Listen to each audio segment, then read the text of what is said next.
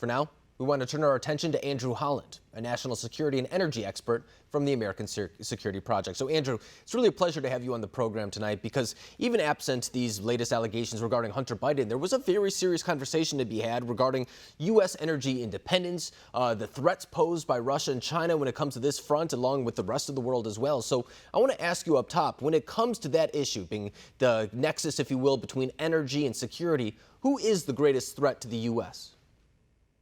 Well, Alex, first of all, thanks for having me on. Really excited to be here. It's a great question and really an important one.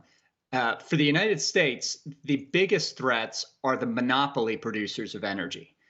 The United States is at its best when we are a free market provider of energy. Monopolies like Russia, like OPEC, the OPEC countries, are our biggest opponents and our biggest challenges. We're at our best when we are providing energy at the price the market will sell around the world to our allies, to business partners around the world. This is the way to do it, and it's the American way. And it seems like when we talk about every conflict, too, there is a time where energy independence does arise. I mean, it wasn't too long ago where the threat posed by Iran was the major news in the headlines. I mean, we've come a long way since then in just a short amount of time. But I remember at that time, too, there was a conversation about how the U.S. response could be perhaps handcuffed in a way if we were still very much so dependent on Iran for oil, or Middle East and oil. The Strait of Hormuz was a hotly contested topic. But are we at a place now where we do have a little bit more freedom, more liberties, because of the way that we're really addressing the issue of energy?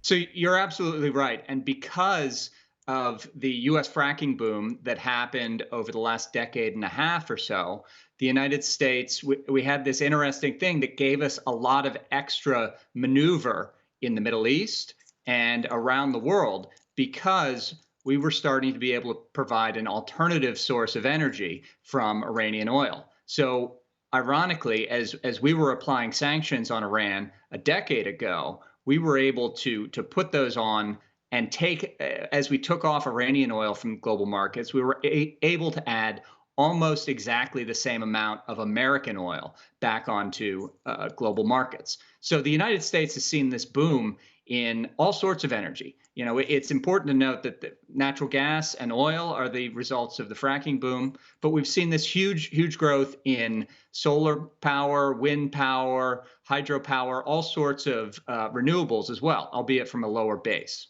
Interesting. And, you know, it makes sense to me, too, when we're talking about this, because, of course, they're drivers of the economy and drivers of our military, things of that nature, too. And perhaps no issue really touches on this as great as nuclear. I mean, that is something where we've been talking about it and really trying to once again become a leader on that front. But there have been tit-for-tat type of exchanges between the U.S. and Russia primarily. I know that Russia wants to extend a sort of nuclear treaty without necessarily making any changes to it. And I know that critics of the president will say, oh, he's weak on Russia, things of that nature. But the Trump administration, correct me if I'm wrong, has been taking a little bit more of a hardline approach, saying we're not going to extend that treaty without some substantive changes. Am I correct to say that?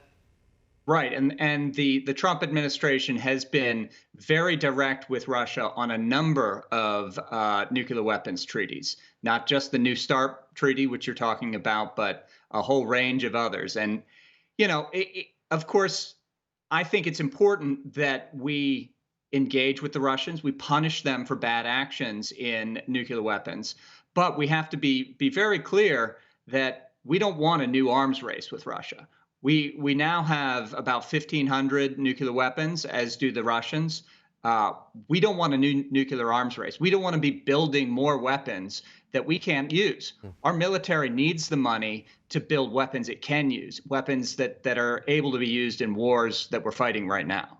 That is really interesting, and I think that it's important, too, to acknowledge the fact that each country probably has the same type of mentality, right? I mean, I'm assuming that China's having this conversation, Russia's having this conversation about wanting to be energy independent, things of that nature, but it does raise an interesting question, too, that overlaps with what the news cycle is right now, because we talk about an energy company in Ukraine, for example, that led to impeachment against the president, and now is once again with Hunter Biden. We're also seeing other emails that are coming from China that perhaps Hunter Biden was involved in a energy company there that is now bankrupt. So I want to ask this question.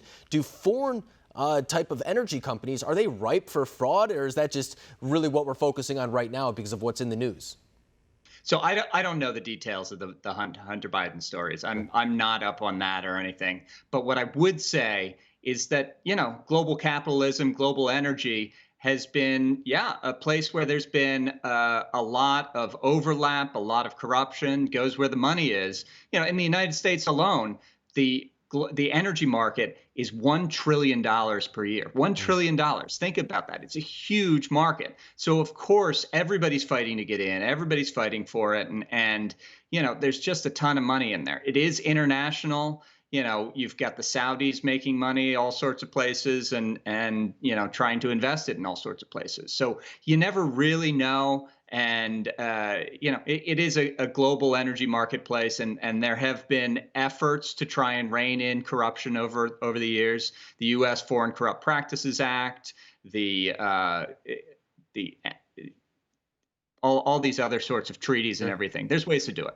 Yeah, and I think that you touch on it right there. Really, anytime there is, I think, would you say $1.3 trillion in an industry? I mean, that is going to lure in people, no matter if they're good actors, bad actors, whatever it's going to be. I mean, $1.3 trillion, that's a lot of money, even to rich people. So I think that's an interesting way to put it as well. But Andrew Holland, I really appreciate you coming on the program tonight, shedding light on this issue, because I think it's a really important one, especially when we're talking about fracking in the upcoming election. We're talking about what comes after. I mean, I think it's a really important topic. Thank you for coming on. Alex, great to be with you. Look forward to being with you here again.